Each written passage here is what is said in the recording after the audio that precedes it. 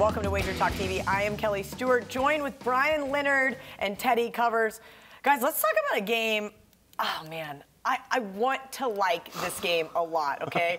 The Minnesota Vikings laying 4.5 now at home.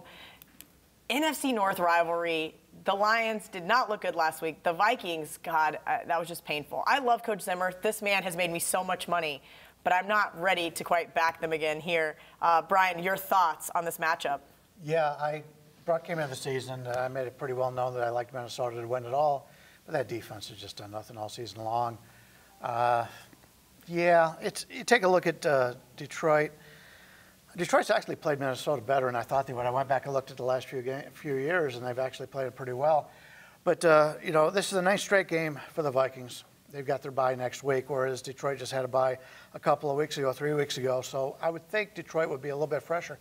I went back and looked how Detroit played on the road this year, and they're actually +9 explosive plays away from home. We're always used to Detroit being at home, being really strong at home, but they've actually played pretty well on the road this year. And you take a look at what Minnesota's done. They've got 4 wins on the season. 3 of those wins were against San Francisco, Arizona, and the Jets. We just talked about the Vikings being at home, being very good. 35-13 straight up at home the last few years, last 6 seasons. 2-2 this year with a loss to Buffalo. I saw the line's been going down a little bit towards Detroit, and I said, really? Let me take a quick look at this. Yeah, I agree. I think Detroit's the right side here. The line continues to go down. Maybe there'll be value eventually on Minnesota, but right now I like Detroit. Teddy, I know you're a huge trend guy. Coach Zimmer 8-1 against the spread prior to a bye. This Minnesota Vikings team, God, like I said, I want to back them here. As Brian mentioned, some sharp money came in on Detroit early, moving this line down a few notches. What did you make this line? Well, it's a significant move down. I mean, the look-ahead line here was 6.5. My powering number was 6.5.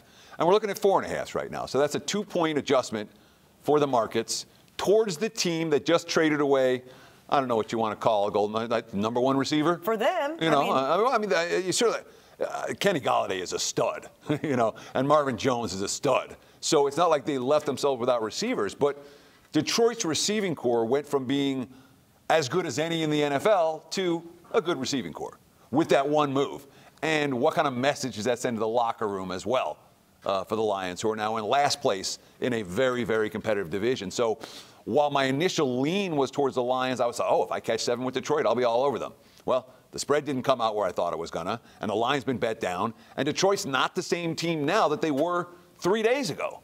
So you put all those factors together with the Vikings off a loss and Zimmer's track record of a loss and Zimmer's track record prior to the bye and all of that.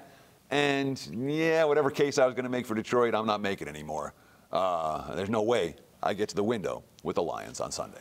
All right, great stuff, guys. Until Monday, November 5th at midnight, you can take 30% off as many packages as you want.